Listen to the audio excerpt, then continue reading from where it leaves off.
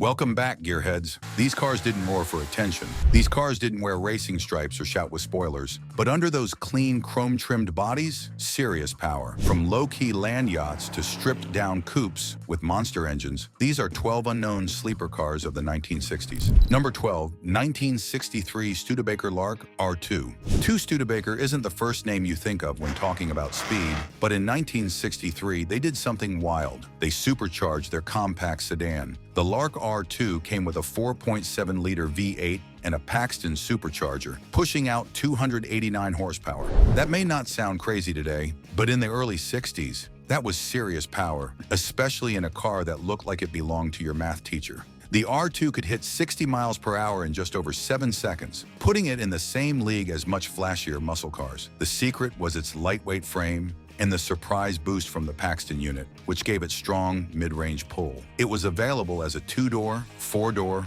or even a wagon, so you could pick your sleeper weapon.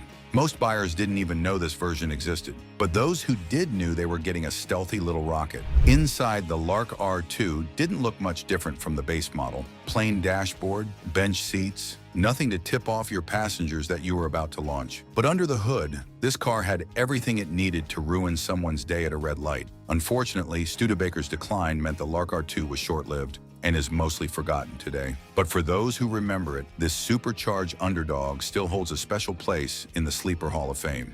A supercharged Studebaker? That's already wild. But the next car? It looked like a plain Dodge family sedan, until you realized it could be ordered with one of the most legendary engines in muscle car history. Number 11, 1966, Dodge Coronet 440 with 426 HEMI. To most people in 1966, the Dodge Coronet was just another midsize sedan, a sensible family car that blended into traffic. But Dodge had a different plan for certain buyers. Hidden in the option sheet, the legendary 426 HEMI. That's right, you could order the Coronet 440, a trim name, not the engine size, with a 7.0-liter, 426 cubic inch HEMI V8 producing 425 horsepower, in a car that looked about as threatening as a rental. No racing stripes, no wild spoilers, just a clean, conservative body hiding what was essentially a drag strip monster. The result? A 4-door grocery getter that could outrun nearly anything else on the street. With the right gearing, it could do 0 to 60 in under 6 seconds and run the quarter mile in the mid-13s. Numbers that put it neck and neck with cars like the GTO,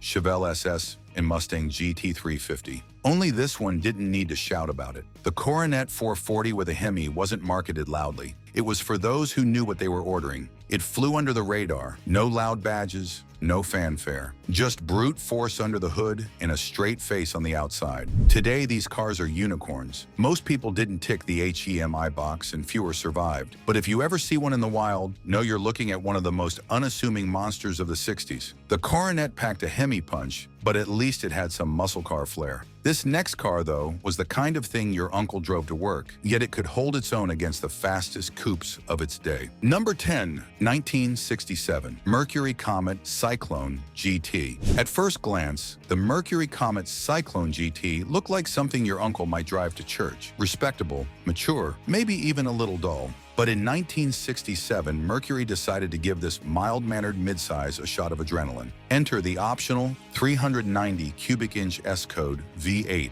pushing out 320 horsepower and 427 pound-feet of torque. Hooked up to a 4-speed manual, the Cyclone GT could move, and fast. It clocked 0 to 60 in about 6.5 seconds, which was impressive for a car that didn't scream muscle. Unlike its Ford cousins that wore the Mustang badge, the Comet Cyclone GT didn't draw much attention. It didn't have the swagger of a Chevelle or the reputation of a GTO, but it could keep up just fine. And with fewer people knowing what it was capable of, it became the perfect street sleeper. The ride was smooth, the interior was comfortable, and the body was clean but unremarkable. You could drive it daily without ever tipping off your neighbors that you were sitting on a hidden muscle car. The only giveaway, if you knew where to look, was a tiny GT badge on the fender. While the Comet Cyclone GT never reached the icon status of other 60s performance cars, it quietly earned its stripes. A true underdog of the era, and one that could absolutely hold its own. A Mercury with muscle might raise some eyebrows, but what if I told you a wood-paneled station wagon could outrun some of Detroit's loudest muscle cars? Number 9. 1968 Buick Sportwagon 400. When people think of sleepers, they don't usually picture a station wagon, but Buick had other ideas in 1968.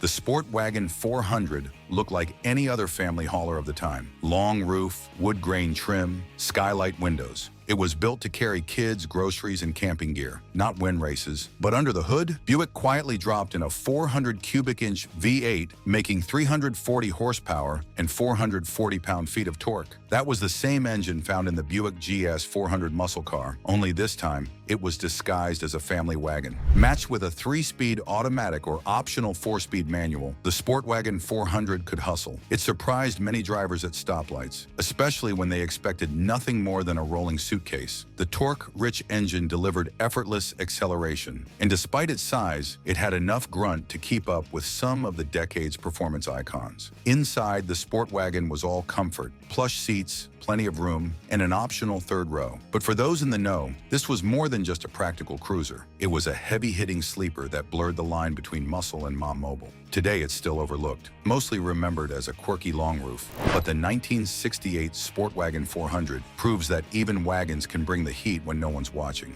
A Buick wagon hiding a GS engine? That's sneaky. But the next car is where the muscle era truly began. Only back then, nobody knew it yet. Number 8, 1964. Pontiac Tempest Le Mans GTO pre-badge. Everyone knows the GTO. It's a muscle car icon, but what most people forget is that the first GTO wasn't its own model. It was hidden inside the 1964 Pontiac Tempest Le Mans. Pontiac offered the GTO as an optional package for the Tempest. If you knew what to ask for, you could spec a Le Mans with a 389 cubic inch V8 pushing up to 348 horsepower, dual exhausts, and a heavy-duty suspension. But it didn't look like a muscle car. No bold graphics, no wide stance, just another everyday Tempest. Available as a coupe, sedan, or convertible, it blended in completely, unless you noticed the subtle hood scoops or small GTO badge. But on the street, it could run the quarter mile in the low 14s, making it one of the fastest sleepers of its day. The 1964 GTO slipped past GM's ban on big engines and small cars using a marketing loophole, helping Pontiac ignite the muscle car era. It wasn't loud or flashy,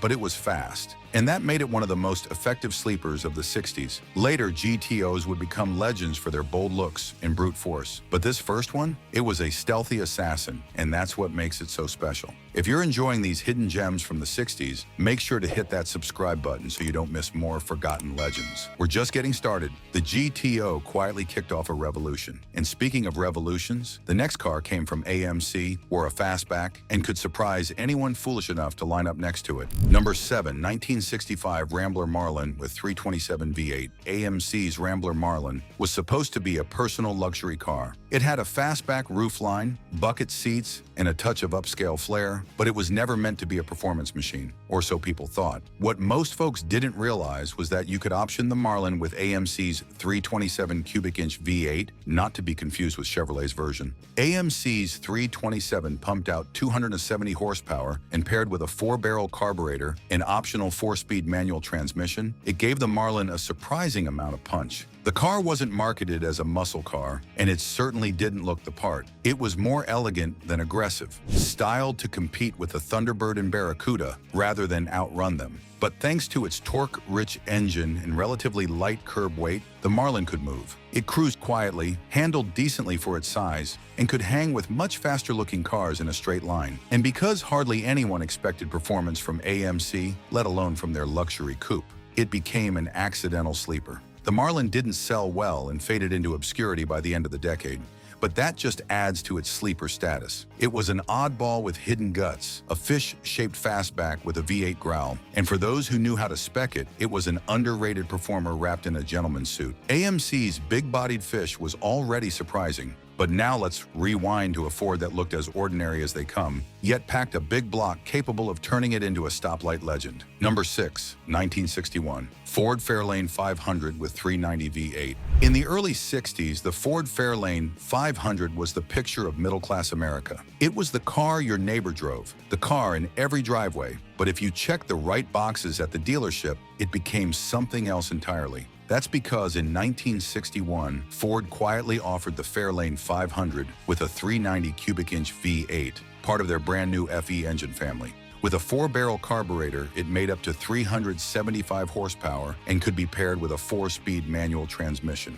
It turned the humble Fairlane into a serious street contender. But here's the thing, it still looked like a normal family sedan. Modest chrome trim, bench seats, a calm, unassuming design that didn't hint at anything sinister. The Fairlane 500 didn't have the aggressive styling of later muscle cars, which made it perfect for catching others off guard. It drove smoothly, had solid brakes for the time, and didn't sacrifice comfort. You could take the kids to school, then line up at the drag strip that evening and shock everyone there. While most people associate the Fairlane name with later GT models, the early 1960s Fairlane 500 with the big block 390 deserves its own place in sleeper history. It proved that even in an era before muscle cars took over, you could build something quiet, clean, and absolutely quick. The Fairlane hid brute strength in a conservative wrapper, but the next car, it was a Chevelle most people ignored until it smoked their GTO at the drag strip. All right, folks, we're almost there, and the biggest surprises are still coming. If you're still watching, you're one of the real ones. Hit that subscribe button and keep riding with us. Number 5, 1966 Chevrolet Chevelle 300 Deluxe with L79.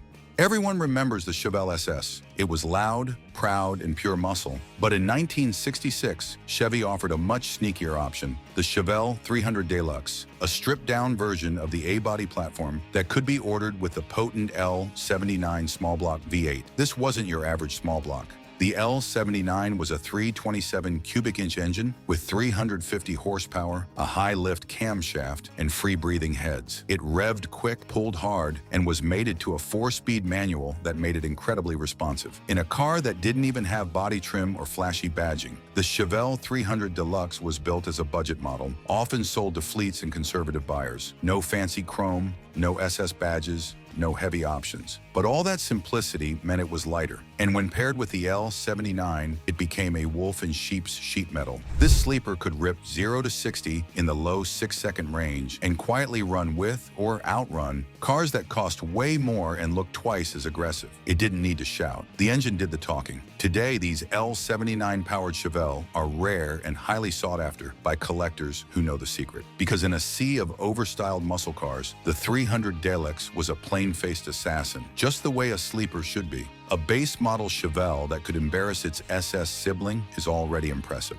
But now let's talk about a full-size luxury cruiser that hid a street racing monster under the hood. Number 4, 1965 Chevrolet Impala SS 409. The Chevrolet Impala was America's best-selling car in the 1960s, and it's easy to see why. It was big, smooth, stylish, and affordable. Most people bought it as a family cruiser or a symbol of success. But hidden beneath those long, elegant lines, Chevy was offering serious firepower. In 1965, ticking the right boxes turned your full-size luxury car into a highway menace. The legendary 409 cubic inch V8, made famous by the Beach Boys, was available in the Impala SS. Depending on the setup, it produced up to 425 horsepower and 425 pound-feet of torque. That kind of power in a car over 4,000 pounds was wild. But the best part, it didn't look like a muscle car. The Impala SS was refined. You could dress it up with bucket seats, a vinyl top, and chrome, or keep it bare bones and blend in with traffic. Even with the SS trim's subtle badges and center console, most people never suspected what it could do. Drop the hammer and the 409 roared to life, launching this massive cruiser down the strip. With a 4-speed manual or power glide auto and the right gearing, it could hit the quarter mile in the high 13s, right in muscle car territory. Some buyers skipped the SS trim entirely, creating true sleepers with no badging, no chrome, just a clean body hiding a monster.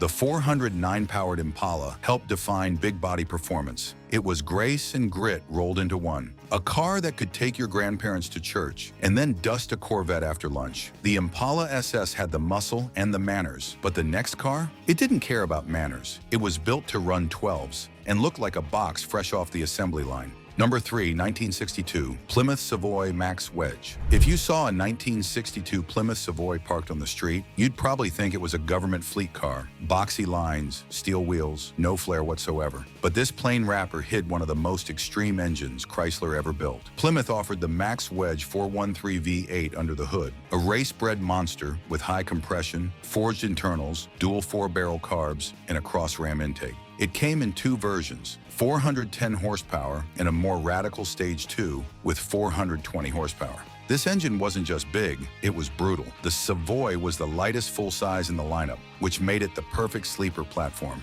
Pair it with a 3-speed manual or a heavy-duty torque flight auto, and you had a street-legal drag car capable of running the quarter mile in the high 12s, quicker than most sports cars of the era. Visually, nothing gave it away. No badges, no stripes. Just a stripped-down body built for one purpose. It didn't come with luxuries, sometimes not even a radio. It was aimed at racers who knew what they were buying and didn't care how it looked. These cars were rarely advertised and mostly sold to hardcore enthusiasts or drag racers. Many didn't survive long, and original examples are extremely rare today. But in its time, this unassuming Plymouth could show up, stay quiet, and absolutely demolish anything lined up next to it. The Max Wedge Savoy wasn't just fast. It was one of the earliest examples of a factory sleeper done right. No gimmicks, no flash, just all-out performance hiding in plain sight. This sleeper was all raw power in a plain package. But the next one, it was a budget police sedan civilians could order, with a big block V8 that turned it into a certified highway hunter. Number 2, 1967 Ford Custom 500 Police Interceptor. When most people think of performance Fords from the 60s, they picture Mustangs, Fairlanes, or maybe the Galaxie 500. But the real sleeper, it was the unglamorous Ford Custom 500, specifically the Police Interceptor package. This was the definition of bare bones. The Custom 500 was Ford's budget full-size car, cheap, no frills, and intentionally plain. Vinyl bench seats, rubber floor mats, minimal chrome. It was built for municipalities, taxi fleets, and budget-conscious buyers who didn't care about luxury. But Ford offered a secret menu option that changed everything. The 428 Police Interceptor V8. This was no mile cruiser. The 428 cubic inch big block was a torque monster, producing up to 345 horsepower and over 460 pound-feet of torque. It was the same engine found in Ford's performance models, but hidden in a car that looked like a retired patrol unit. The Police Interceptor package also came with heavy-duty suspension, beefier cooling, and performance rear axles. Essentially, it was a muscle car disguised as a government car. The beauty of it was how completely it flew under the radar. Most Custom 5s came in dull colors like beige, navy, or white, and many wore steel wheels with no hubcaps. There were no GT badges, no hood scoops, and no flashy trim. To the untrained eye, it was just a big, boring Ford. But on the road, it could outrun most factory muscle cars and look like it belonged in the slow lane while doing it. Some of these cars were sold directly to law enforcement, but others were available to civilians, usually by special order. That's what made them so rare. Few buyers knew what they were looking at. Fewer still thought to spec a full-size budget sedan with a performance engine that could put fear in the hearts of street racers. Behind the wheel, the Custom 500 Police Interceptor was all muscle. It didn't handle like a sports car, but it delivered unrelenting power and straight-line dominance. On highways, it could pass anything in its way. And at the drag strip, it earned a quiet reputation as a car you didn't want to line up against because you'd never see it coming. Today, these cars are forgotten by the masses, but remembered by collectors and old-school racers who appreciate the art of the sleeper. The 1967 Custom 500 with the 428P, it wasn't just a cop car, it was a rolling deception, one of the greatest undercover street brawlers Detroit ever built.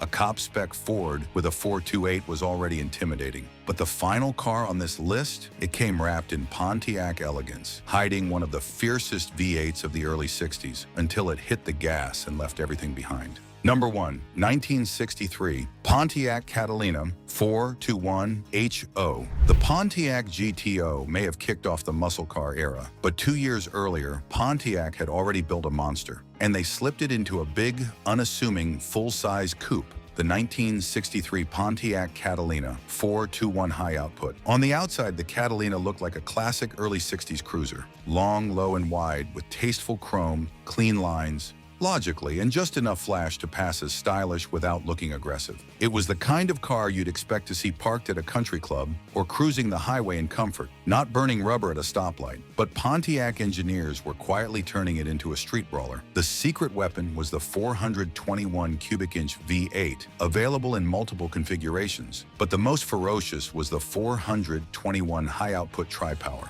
With 3 two-barrel carbs, a high-lift cam, free-flowing heads, and higher compression, it produced a thundering 370 to 376 horsepower and over 500 pound-feet of torque. That was more than enough to haul the Catalina's big body down the quarter mile in under 14 seconds. A blistering time for a full-size car in 1963. You could pair it with a heavy-duty 4-speed manual transmission and a performance axle ratio, turning this highway cruiser into a fire-breathing monster. And yet, unless you knew what the 421 badge meant or recognized the subtle cues like dual exhausts and steel wheels with dog dish hubcaps, you'd never suspect what it was capable of. Pontiac didn't market the Catalina HO as a muscle car. It was a performance luxury coupe. Something for the discerning driver who wanted power without the noise. But in practice, it was an absolute hammer, built to embarrass smaller, lighter cars that thought they had the upper hand. Inside, the Catalina offered typical Pontiac class, split bench seats, real chrome trim, and a sweeping dashboard. It was comfortable, composed, and easy to drive. But when you mashed the throttle, the 421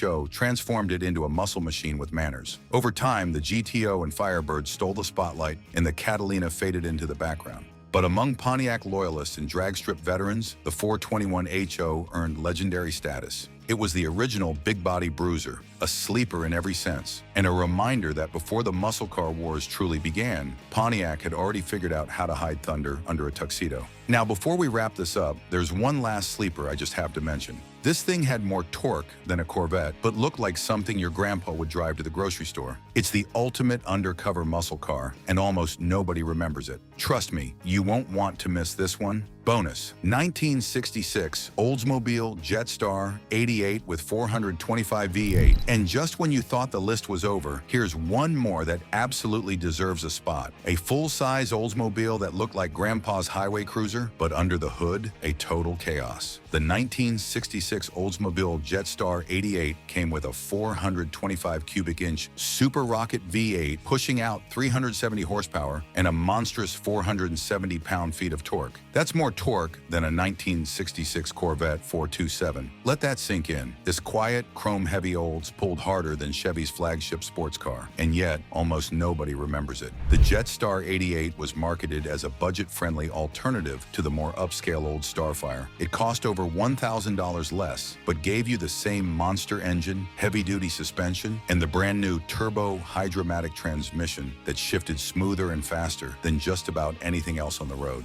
You could call it the discount muscle car, but in truth, it was a sleeper weapon hiding in plain sight. There were no aggressive badges, no stripes, no wide tires or loud pipes, just a big, clean coupe with a bench seat, smooth ride, and the ability to light up its rear tires without warning. It blended in at the country club, but could dominate on the boulevard. Oldsmobile only built the Jetstar 88 for a few years, and most buyers passed it over for the flashier 442 or the popular Cutlass. But the ones who knew, they got a deal in a car that could embarrass just about anything at a red light. This is the kind of car that proves sleepers don't need to be small or stripped down. Sometimes the quietest cars pack the biggest punch, and the 1966 Jetstar 88 is a prime example. And there you have it, 12 of the most unexpected sleeper cars of the 1960s. But this is just the beginning. There are even crazier sleepers from the 80s and 90s that we haven't covered yet. So if you love discovering hidden performance gems, check out this next video on sleeper cars from the 60s. You won't believe what made the list.